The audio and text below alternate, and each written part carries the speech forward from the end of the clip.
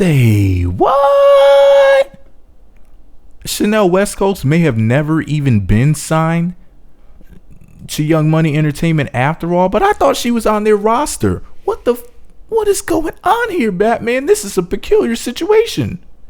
So TMZ posted a story recently about how Chanel West Coast may in fact have never been signed to Young Money Entertainment after all. Maybe. I'm going to read to you what TMZ has to say, then I'll give you my brief opinion. So TMZ writes, and I quote, Lil Wayne says he's trying to sign and develop young talent in an effort to keep his music label at the top of the game. But Birdman is blocking his decisions. Pause the story. If Birdman is blocking and he's a bird, does that mean he's cock blocking? Now, for the record, that's not in TMZ's text. I'm just saying, is he cock blocking? Because we all know that Birdman allegedly likes to swallow the seed.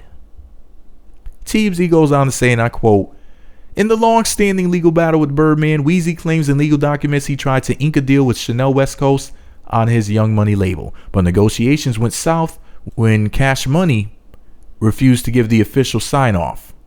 Here's what's odd. Back in 2013, it was reported Chanel signed with Young Money and is still featured on their website as an artist. According to Wayne's documents, though, the deal never went through. So it's unclear whether Chanel was ever officially brought on. Wayne makes it clear, though, Birdman is getting in the way of business and ultimately costing the company a ton of money. We reached out to Birdman for comments so far. No word back. End quote. Here's the deal. It sounds like this damn record label was a mess. You know, they bragged about all of that damn money that they had and whatnot, and people were looking at them like, oh man, they're winning, and Birdman and Wayne must be some smart dudes, and you know, it really looked like they knew what they were doing in the music industry, basically. Like, these guys have been around forever, and they were making money, more money, more money, more, year after year, right? It just looked like they could do no wrong. Like, they had like a master plan, they stuck to it. Thoughts become things, and they, you know, made things come to fruition, and they were just looking real good out here. Like, they really knew their shit.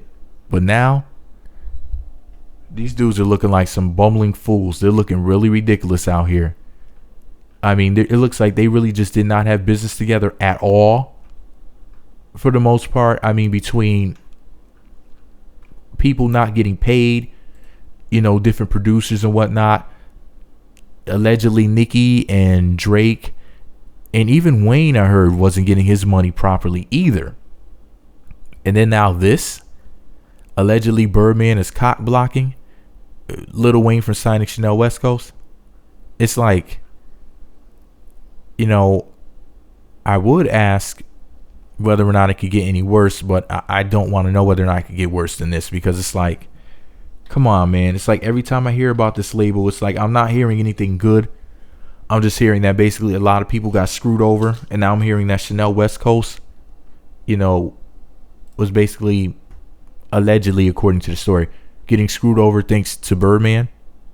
Now, we don't know whether or not it's true, but it's just another situation where it's like, okay, they didn't know what they were doing. They didn't know how to treat people. Business was not ran properly. You know, it's like as if things were intentionally done incorrectly. Like they sat up there and said, how can we just fuck up somebody's life today? It reminds me of Death Row.